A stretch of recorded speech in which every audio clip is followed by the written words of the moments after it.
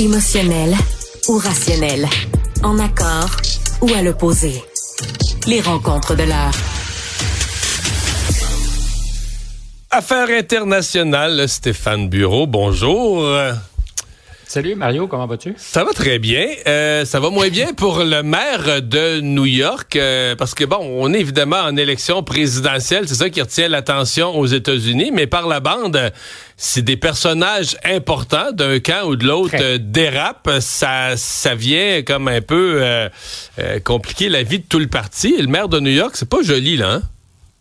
Non, c'est pas du tout joli. J'allais dire ce matin, on a vraiment l'embarras du choix parce que l'actualité est riche. On aurait pu faire un détour par le passage à Ottawa et bientôt dans quelques heures à Montréal du président Macron, puisque on le sait, ça a un impact direct sur les relations bilatérales entre le Canada et la France. Est-ce que l'accord de libre-échange, qui est un peu en suspens, sera finalement ratifié ou rejeté alors qu'il y a une nouvelle ministre du Commerce extérieur qui est opposée et qui, quand elle était sénatrice récemment au mois de mars, a voté contre l'entente de libre-échange. On ne le fera pas, on se gardera ça peut-être pour demain. Ouais. Tu le disais, à New York, ça va mal pour le maire démocrate, M. Adams. En fait, il n'y a pas vraiment de précédent dans l'histoire de la ville. Un maire en fonction qui sera au cours des prochaines heures vraisemblablement accusé au niveau fédéral de crimes de corruption. C'est lié en particulier à des cadeaux qu'il aurait reçus du gouvernement turc autour d'un projet de construction de la nouvelle mission diplomatique de la Turquie qui voulait obtenir quelques dérogations et qui, en échange, disons, d'un regard plus souple sur les affaires, aurait peut-être arrosé le maire et son entourage. L'étau se resserrait depuis plusieurs semaines, mais on feignait l'indifférence. Parce que essaie d'imaginer, toi, entre autres, c'est arrivé il y a quelques mois, mais tout continue comme si de rien n'était. Les policiers du FBI qui arrêtent le cortège du maire alors qu'il se déplace à New York demandent à ces gens de sécurité de se pousser afin d'aller saisir les équipements électroniques du maire, donc potentiellement son téléphone, son ordinateur, son téléavertisseur s'il en a encore. Et là, c'est évidemment pas lié au risque qu'il lui explose à la ceinture. On voulait être certain, et toute blague à part, on voulait être certain de mettre la main sur sa correspondance. Moi, mais parce que plutôt cette semaine ou la semaine passée, il y a eu toute cette histoire. On regardait dans son entourage, on parlait d'un certain népotisme et que ses amis d'école, toutes sortes d'officiers importants qu'il avait nommés, ben c'est son ami d'enfance, son ami d'école.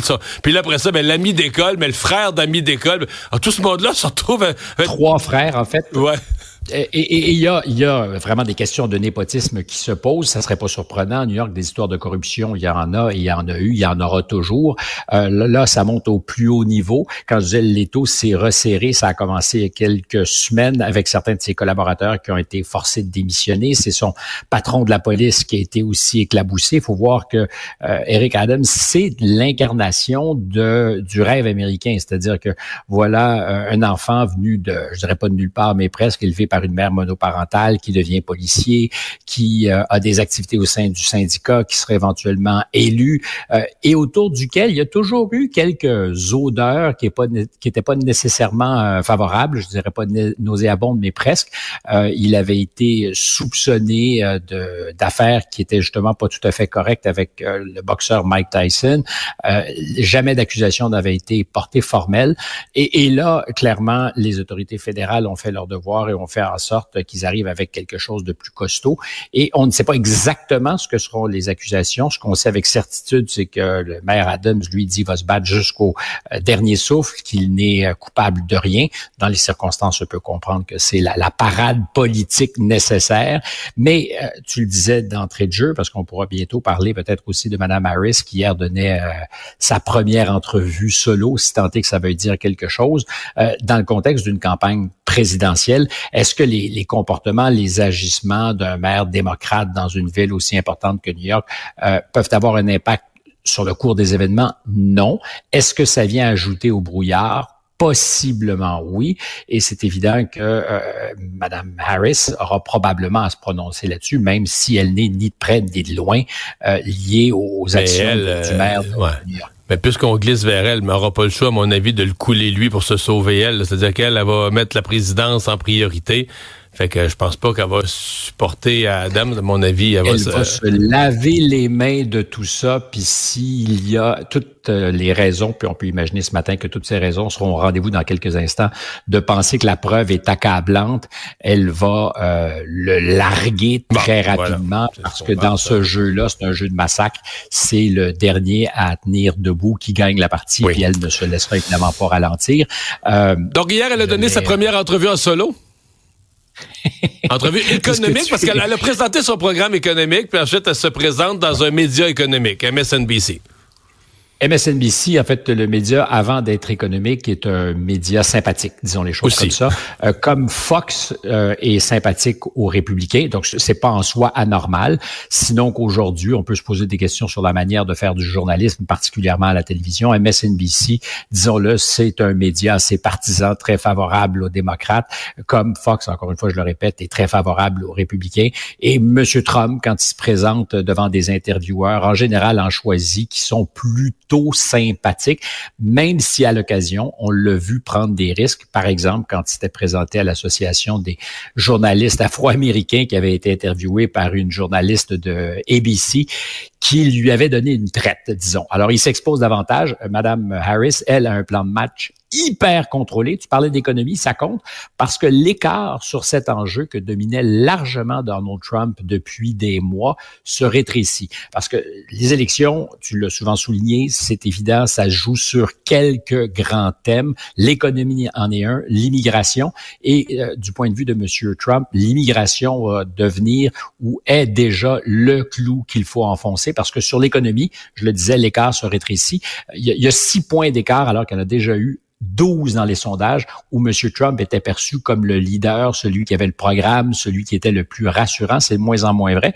Pour des raisons objectives, c'est-à-dire que l'économie américaine va pas si mal. La récession annoncée va sans doute cogner à la porte éventuellement, mais pour l'instant, le scénario de l'atterrissage en douceur semble, je dis bien semble parce que je manipule ça avec des pincettes, les choses peuvent se détériorer très rapidement en matière économique, mais il y a eu une petite tempête boursière au début où ça a duré 48 heures. Pour l'instant, la bourse est à des sommets historiques. Les indices touchent des records quasiment tous les jours. Mais... Tous les jours, dans un contexte où, objectivement, l'économie ne va pas nécessairement super bien.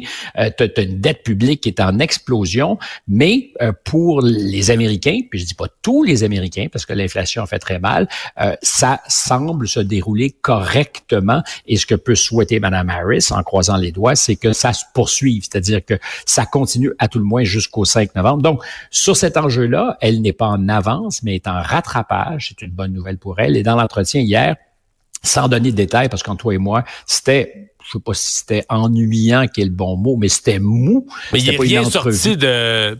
Je sais pas comment dire ça. En fait, je vais le dire dans mes mots, là. C'est comme si ça lui permet de dire, ben oui, j'en ai donné une entrevue en solo. Mais tu sais, MSNBC, d'abord, c'est pas tout le monde qui est abonné à ça. Là. C'est comme un média, c'est comme le canal Argent autrefois là, dans le groupe TVA qui a disparu. Mais tu sais, c'est pas comme LCN ou RDI. Là. C'est pas un All News, là, un média d'information. C'est un média d'information économique. Assez intéressant pour les gens qui s'intéressent à la bourse, à la finance. Il y a de bonne qualité de recherche, puis tout ça. Mais c'est juste que c'est un média spécialisé auquel relativement peu de gens sont abonnés. Elle fait une entrevue prudente. Il en sort rien de particulier. Il en sort rien là, de gaffe. Fait que c'est comme si ça lui permet de dire « J'ai donné une entrevue en solo », alors que la plupart des gens n'en auront rien vu. Là, t'sais. Exact. Je coche la case. Regardez, je suis capable de répondre aux questions. Alors, du point de vue de Mme Harris, elle a fait correctement. C'était pas difficile. S'il y a des questions à se poser, c'est sur le niveau, je dirais, de presque de complaisance. La journaliste a fait son job, mais l'a jamais vraiment poussé dans ses derniers retranchements. Qu'on espère qu'il arrivera un jour. Ça serait vrai de n'importe quel candidat ou candidate, pas juste de Mme Harris. Alors, sur la question économique, elle dit, écoutez, il y a pas d'inquiétude à avoir. Si vous faites moins de 400 000 $, on n'augmentera pas vos impôts. Elle affirme que les grands patrons qu'elle connaît bien des entreprises sont plutôt favorables à payer leur juste part d'impôts. Puis, on parle toujours de Warren Buffett et de Bill Gates qui, à répétition, ont dit nous, si on nous serrait un peu le citron, on serait d'accord. Moi, dans ces circonstances, je dis toujours, j'attends de voir si les bottines vont suivre les babines. C'est politiquement très, très cool de dire on est prêt à payer davantage d'impôts. Est-ce que Microsoft veut vraiment payer davantage? tout cas, Mme Harris semble dire que ça serait possible. Mais en fait, le vrai test, c'est ce que ces gens d'affaires seraient prêts à congédier leurs fiscalistes qui sont là pour trouver les meilleures façons de payer un minimum d'impôts, puis dire non, pas de fiscalistes, là, faites ça. On se fait confiance. On se fait confiance, puis on paye. Ben oui, le gouvernement nous dit que c'est pour le bien public. Ben alors, oui, on va oublier les petites entourloupettes, puis on va laisser le fisc nous dicter notre politique. Poser la question à Mario, c'est un peu y répondre. Mais la vraie question économique, c'est celle des tarifs douaniers, parce que ça pourrait avoir un impact sur le Canada. C'est pour ça que je te parlais tout à l'heure de M. Macron, puis on y reviendra peut-être demain, parce qu'on vit dans un monde où le libre-échange est malmené. Ça met à mal des pays qui sont habitués à exporter. Le Canada fait pas exception. Les États-Unis, en ce moment, sont beaucoup plus protectionnistes qu'ils l'étaient. Et là, pour Mme Harris, c'est dire, moi, je le suis, mais de manière intelligente. Parce que le premier à avoir monté les tarifs douaniers, c'est M. Trump. Et évidemment, il n'y a personne dans l'administration de M. Biden ou de Mme Harris qui va dire, hey, c'était une bonne affaire, même s'ils ont maintenu beaucoup des tarifs qui ont été imposés, par exemple, à l'endroit de la Chine. Elle est passée à l'attaque en disant, non, M. Trump, s'il est réélu, il va mettre des tarifs sur tout. Ça va devenir une taxe déguisée qui va faire que nos biens de première consommation vont nous coûter jusqu'à 20% plus cher. C'est vrai que des taxes, des tarifs douaniers, ça peut faire monter le coût des choses. Le libre-échange, au départ, c'est une espèce de deal. On dit, on va peut-être perdre des jobs, mais tout va devenir moins cher. Votre laveuse-sécheuse va vous coûter beaucoup moins cher. Fait que vous allez économiser, mais ça se peut qu'il y ait des jobs manufacturiers qui soient mis à risque. Et aujourd'hui, on dit non, il faut qu'on ramène cette souveraineté industrielle. C'est au cœur du discours de Mme Harris. C'est certainement au cœur du discours de M. Trump, mais c'est de savoir qui des deux a le meilleur plan de tarifs douaniers qui ne vont pas faire mal en même temps aux consommateurs. Et le détail de ça n'a pas été donné, évidemment, par Mme Harris. Il n'y a aucune chance qu'on l'ait. Et je termine là-dessus parce qu'on a souvent parlé, toi et moi, d'immigration. Elle a reconnu dans l'entretien que c'était une politique d'immigration qui était pas une faillite, mais que c'était un échec. La question, c'est comment peut-on le dire et accepter d'avoir été aux commandes pendant 4 ans? La réponse courte et rapide en général, c'est pour Mme Harris, il y avait une entente bipartite pour pouvoir trouver une solution, et c'est totalement vrai, qui a été torpillée par Donald Trump, qui, pour des raisons politiques, voulait pas que ça passe. Et là aussi, c'est vrai.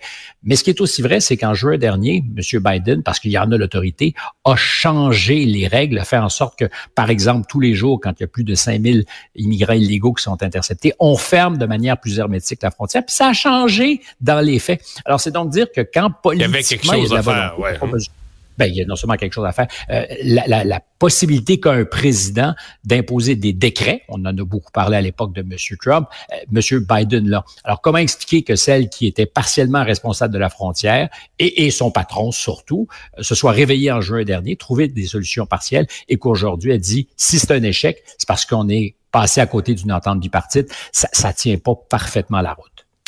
Stéphane, merci. À demain. Ça m'a fait plaisir et on parlera des mots qu'aura employé le président aujourd'hui pour expliquer que l'entente de libre-échange n'est vraiment pas menacée alors qu'il y a peu de chances qu'elle soit jamais adoptée à l'Assemblée nationale. À suivre, on surveille ça.